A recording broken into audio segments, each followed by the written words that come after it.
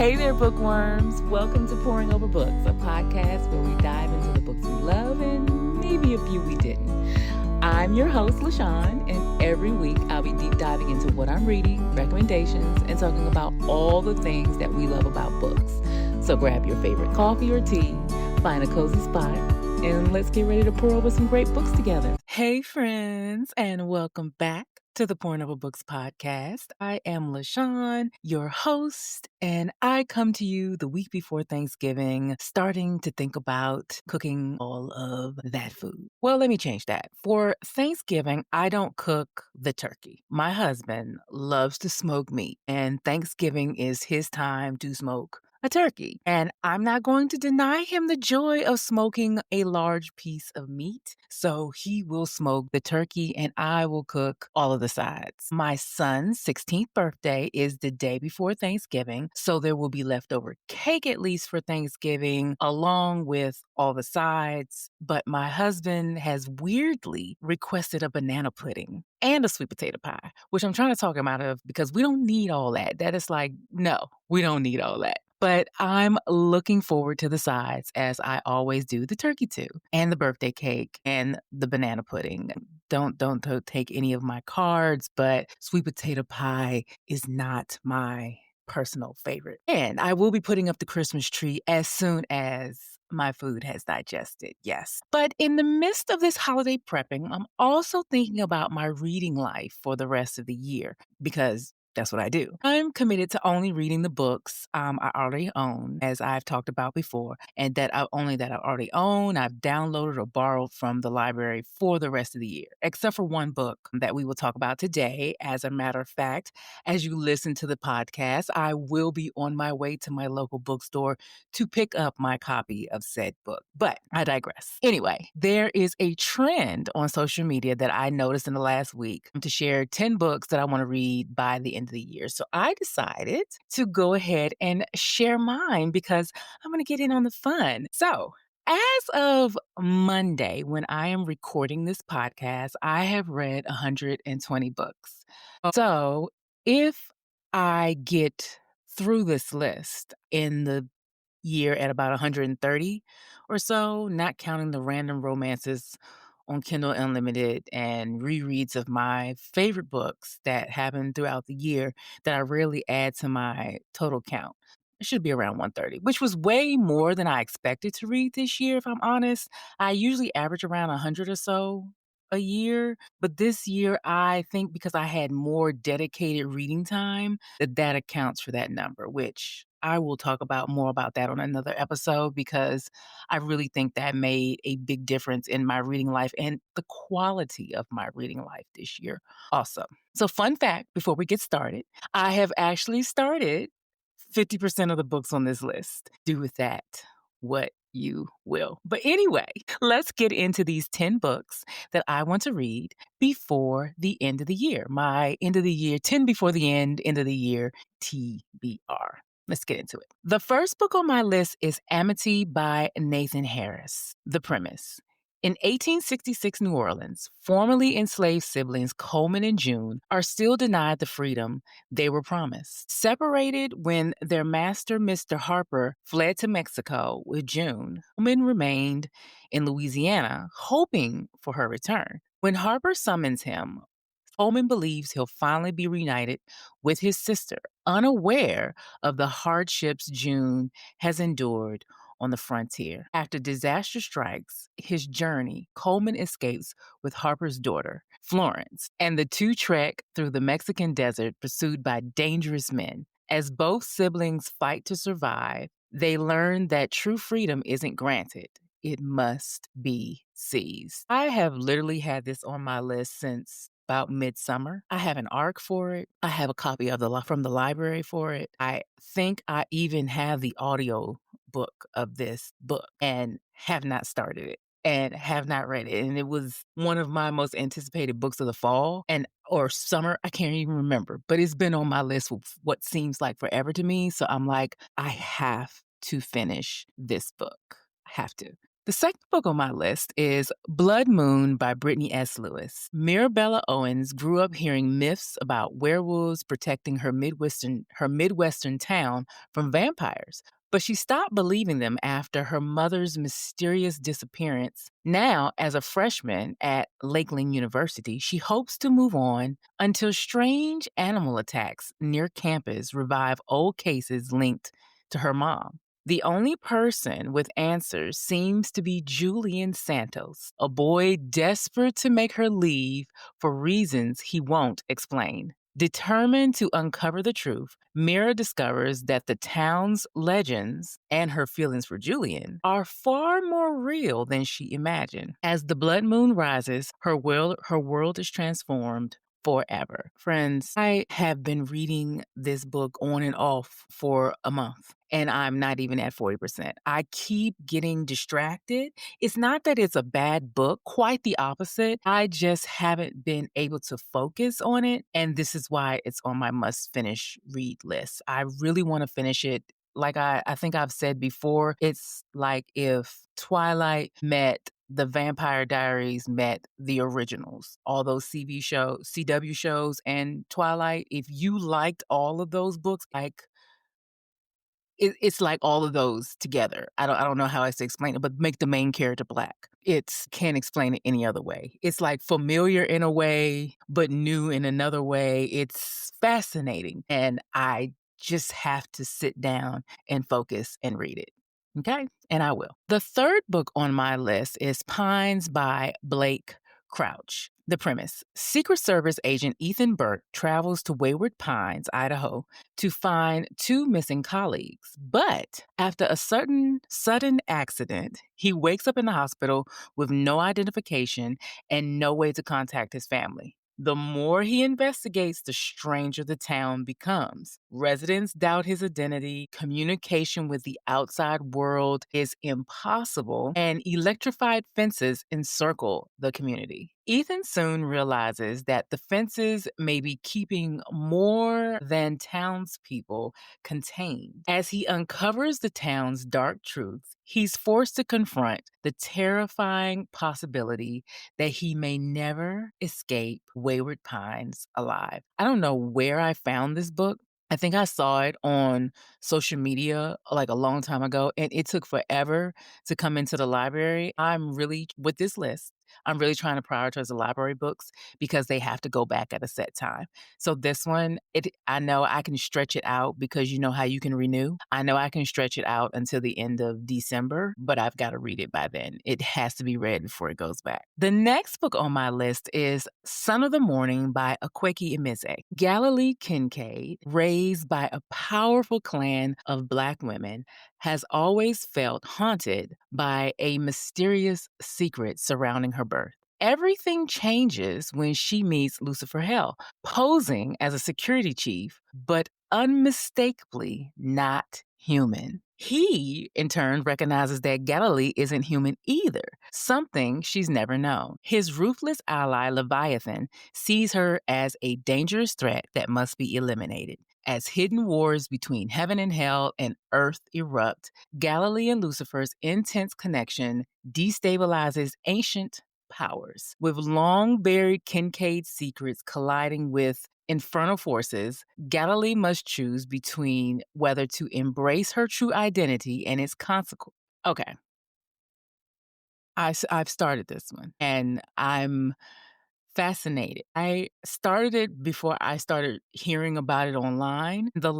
Yesterday, I heard somebody label this as Bible porn, and now I can't get that out of my head. Because if you've read the Bible or you know of any biblical information at all, you know Galilee is in the Bible and Lucifer, of course. And having read up until where I've read, read. That's all I can say. But this tracks for Akwaeke Emeze. It tracks for this author that she would write this. And I am now I'm moving forward with trepidation, but I'm going to read this book because I've started it and now I have to know how it ends. I have to know. Okay. Okay, the next book on our list is Our Vicious Oaths by N.E. Davenport. Princess Kadisha of the Aether Dominion wants only to serve as a warrior, not marry the Hyperion High King she's been bound to since infancy. Seeking one night of freedom, she unknowingly falls into the arms of Malachi, the new king of the destroyed Apollyon court, who plans revenge on the High King. On her wedding day, Malachi attacks, kills her father, wounds the High King, and takes Kadisha hostage, though she soon becomes his ally. Together, they plot to lure and destroy the High King, even as their undeniable attraction and unbreakable fae bonds complicate their mission and her new role as queen. Now, friends, I have read up, I've started this book, I've listened to it, and I've read it. And I have gotten to the part where they have had their one night stand, and she doesn't know who he is, but he knows who she is. And I am determined to read this book this week. I have to finish it because the author is coming to town here in Atlanta on Wednesday, I believe. So I'm going to that. I'm going to pick up my physical copy of this book because, yes, it's not enough for me. It's going to be my trophy book. I can already tell because it's not enough for me to have the Audible and the art and the ebook version. I must have a trophy for my bookcase. So, yes, I must finish this one, and probably I will finish this one this week. We shall see. The next book on my list is Cursed Daughters by Oyenkin Braithwaite. The premise: when Ubon gives birth to Iniji on the day after her cousin Monife is buried, the family becomes convinced that the baby is Monife reincarnated and destined for the same tragic fate. A generations old curse claiming no man will ever find peace in their home has already left 3 Faladun women abandoned and living under one roof. When Inije falls for a boy she rescues from drowning, she can no longer ignore her family's dark legacy. Seeking answers in the shadowy spiritual world of Lagos, she must decide whether she's doomed to repeat the past or strong enough to break the cycle for good.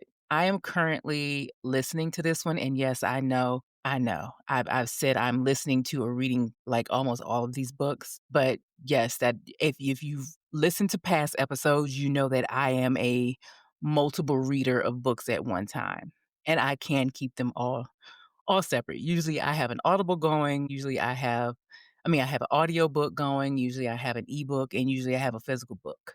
Sometimes I have all of them going at once, like I currently do with these books. I have been listening and reading these books on and off, which is why they're on my list. But I am listening to this one, and I don't think I'll get any other versions of it because I'm really enjoying the audio version of this. I'm using my Spotify credits for this book, and it's working out quite well. The next book on my list is The 10-Year Affair by Erin Summers.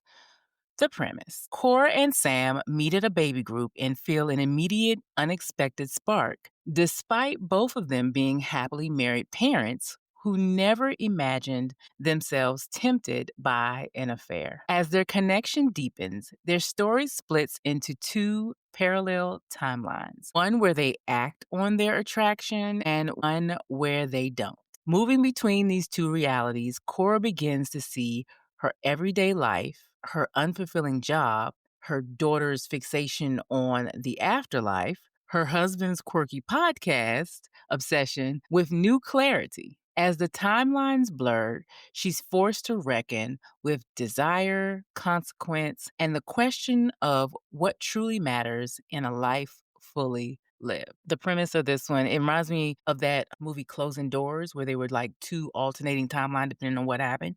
I'm really curious about this one. It was a book of the month selection, and that's how it ended up on my bookshelf. And I've heard interesting reviews on it, so I said I wanted to read it by the end of the year. The next book on my list is Sweet Heat by Bolu Babalola. The premise: Kiki Banjo, host of the hit podcast The Heartbeat, gives sharp relationship advice on air, but off air, she's reeling from career troubles and a brutal breakup. As maid of honor for her best friend's wedding, her life feels like it's falling apart. Then she's forced to work alongside the best man, her ex, Malachi. It's another Malachi, a charming filmmaker who broke her heart. Determined to ignore their lingering chemistry, Kiki and Malachi tried to keep the peace through the wedding chaos, career pressure, and Kiki's rising anxieties about the future. But as the spark between them reignites, getting through the summer feels dangerously combustible. The ninth book on my list is The Scammer by Tiffany D. Jackson. The premise: Jordan is excited to start fresh at a prestigious HBCU in DC, finally free from her overprotective parents. But when her roommate's brother, Devontae, recently released from prison, crashes on their dorm couch, her new independence takes an unexpected turn. Devontae is charming, smart, and quickly gains influence on campus, urging students to better themselves. Yet Jordan senses something unsettling beneath his guidance. When one of her roommates disappears, Jordan teams up with the school's only white student to uncover the truth. What she finds is a dangerous web of manipulation that could pull her in next. I've started that one, of course, because it's loosely, if you look at all of it, it's the HBCU in DC. That's Howard. That's my alma mater. So I was immediately drawn in. The last book on my list is Brimstone by Callie Hart. This is the follow-up to Quicksilver, a book I read at the beginning of the year at a whim on Audible. And I loved it so much that I went to my local bookstore, the same one I'm going to today, and picked up a physical copy for my bookshelf. This book comes out today, Tuesday the 18th. And as you listen to this, I am on my way to the bookstore to pick it up and to spend a few hours at the bookstore cafe reading it and frolicking, It's going to be lovely. Let's talk about the premise. Sarah Swain never wanted the crown, but as the new queen of the Blood Court, her life is no longer her own. Her brother and ward need her back home, yet returning through the deadly Quicksilver would kill her. So she must send someone else in her place. Kingfisher of the Ajuan Gate, a seasoned warrior, is tasked with traveling to Zavarin alongside Carrion Swift, whose endless chatter may be the greatest danger of all. As they navigate the treacherous Silver City, hidden threats and long-buried secrets emerge, and Kingfisher must complete his mission quickly if he hopes to return to his mate alive. So that's my list. As I'm looking at this list, though, 4 are romantasy, 2 are YA books, and 3 literary fiction, and 1 romance. So that's a good mix. That's a good representation also of what my reading life usually looks like, except that I do read a lot of random romances from Kindle Unlimited in between these genres that I rarely talk about, but contribute to like my overall numbers when you're looking at how many books I've read during the year. All right. So now that I've given you my list, let's talk about what is currently going on in my reading life, friends. So I just finished reading this book called Blackthorn by J.T. Gessinger. Let me tell you about the premise. 12 years after fleeing her hometown and her mother's mysterious death, Maven Blackthorn returns for her grandmother's funeral, only to discover that the body has vanished. Her family blames the Crofts, their generations-long rivals and owners of Croft Pharmaceuticals. But when Maven confronts Ronan Croft, the son of her mother's suspected killer and her once forbidden love, their dangerous chemistry resurfaces. As buried secrets and betrayals and old vendettas erupt, Maven's search for the truth becomes increasingly perilous, and Ronan is hiding something that could destroy everything. In a town where the dead refuse to rest, Maven must decide whether love is a lifeline or the most lethal. Okay, listen. I went into this thinking it was a dark romance, like maybe. I mean, I wasn't sure. It sounded interesting. Like, is her family witches? Is his, Ronan, the main male character, are they witches too? Are they vampires? Are they demon? Something was going on and I could figure that out. Whatever it was, I was interested slightly. So I picked it up and then I read it and I don't quite know how to describe it to you. This was a gothic mystery slash second chance romance slash horror slash dark romance with some really questionable consent issues and at one point maybe some incest, but it wasn't. I will spoil that for you and say that it was not incest. But all that to say, I was riveted. I was also horrified, and I was actually clutching my pearls during some of the sexy times. I was like, okay, what the hell am I reading? Because there are certain things in romance novels that I'm just not into. Just some things that there's just not my cup of tea. But, whatever floats your boat, that's good for you. But usually for me, it's just not for me. But I have been trying to branch out in my romance reading life because I've read a lot and sometimes it runs together. And I try to do new things and read new things. But when I do, I'm reminded why I don't. So when I got to the end, even though I guess it concluded well, my first thought was that was weird. Because frankly, I still don't know, if I'm honest, what was real in the story and what was all in Maven's mind. The only thing that I can say in fact was real was that Maven and Ronan loved each other.